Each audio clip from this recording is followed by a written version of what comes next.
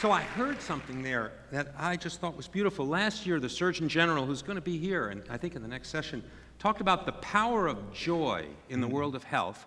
And then I heard you talk about the power of play in the world of health. You know, we often think about the power of play as really just being relaxation, and you're saying, no, the power of play is a mental engagement. Do you see that engagement moving out from just play to maybe the kind of play that you actually have to think in social, interactive ways? You talked about collaborate. I'm looking for collaboration here. Yeah, I mean, I think that that's one of the things that's only recently been possible. I mean, people have been able to play, you know, all throughout history, but it's only now that, you know, you can sort of play and interact with other people and lots of other people online and throughout the world.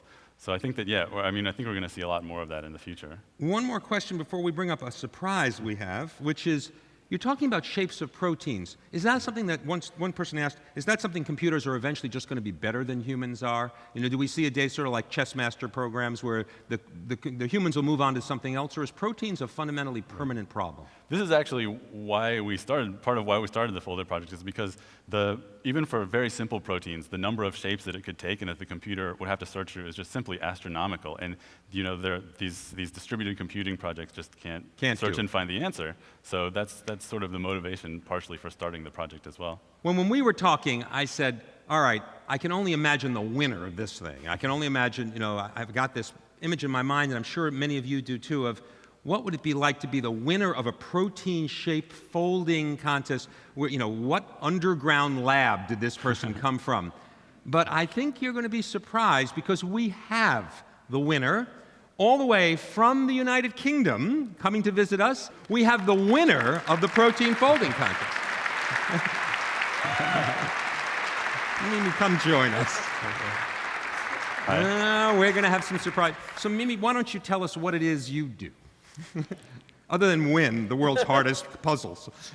Well, apart from play games, that is. Yeah, and play games. Well, I'm at present just a lowly lab technician. So you're a lab technician. Be nice to your lab technicians. So for all lab technicians everywhere, you've struck a blow here. Oh, yes, definitely. Okay. And so how at the department are they treating you now that you're the winner of this skill event? Well, they were quite impressed. Yes. But, did you play a lot? So tell us, is this something that yes. Okay, now that you ask. Okay. So tell us how much you played, and if you wouldn't mind sharing with us a little bit about the process that led you to sort of some of the insights that made you better at this. Well, I've been playing for 3.5 years now. Okay. And when I started, I only played a small amount. And I did reasonably, but not very well, so I joined the team. And I think the whole power of Foldit is actually in teamwork. Mm-hmm. Because the solution we came up with for Seth, I put a final touch to that. I did the final tweak that actually got it to work.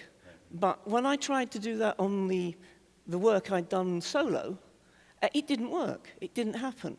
But I then applied that same mechanic to something that two of my colleagues in the team had worked on, and it did work. How big is the team?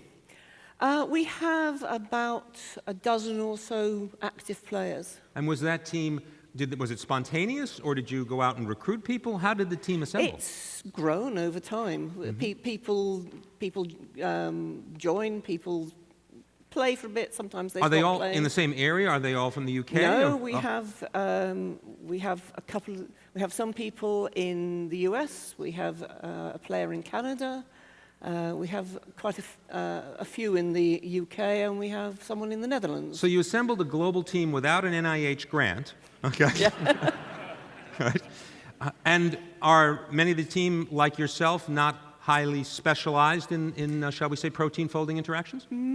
We have a variety of people. I would say the best folder we have in the team is someone who has no scientific or indeed computer knowledge. He was in the building trade. So the best folder, that's like the halfback, on the team is somebody from the building trades. So essentially you've built this team of amateurs to work on one of the most difficult problems in protein shapes, and you're having fun doing it Oh, absolutely. for 3.5 Yes. years. And then you won and you got a giant prize of... Being here? There you go.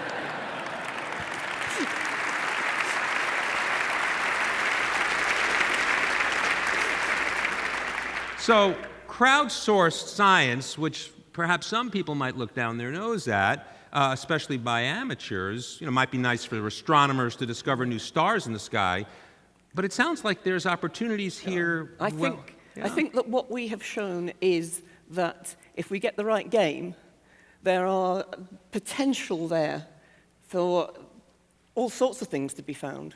So could teams design the games, Seth? Could the games themselves be designed by teams? Because getting the right games turns out to be so critical.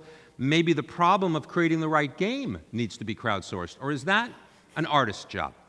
Yeah, and I think that I sort of mentioned that a little bit at the end of my talk. I think in the future, it'll get easier and easier to make them. But there's a bit of art or design, I think, currently in kind of translating the part of the problem that can be crowdsourced into a game. But in the future, even that may become... So someday we may have problems that the crowd picks for crowds to design the games to play, for crowds to play so that we all can be healthier. Who knows? Well, that's something to look forward to. Thank you, Mimi, coming all this way. I'm sure everybody here wants to meet you. I don't know about you, Seth. Okay. It's great having you guys.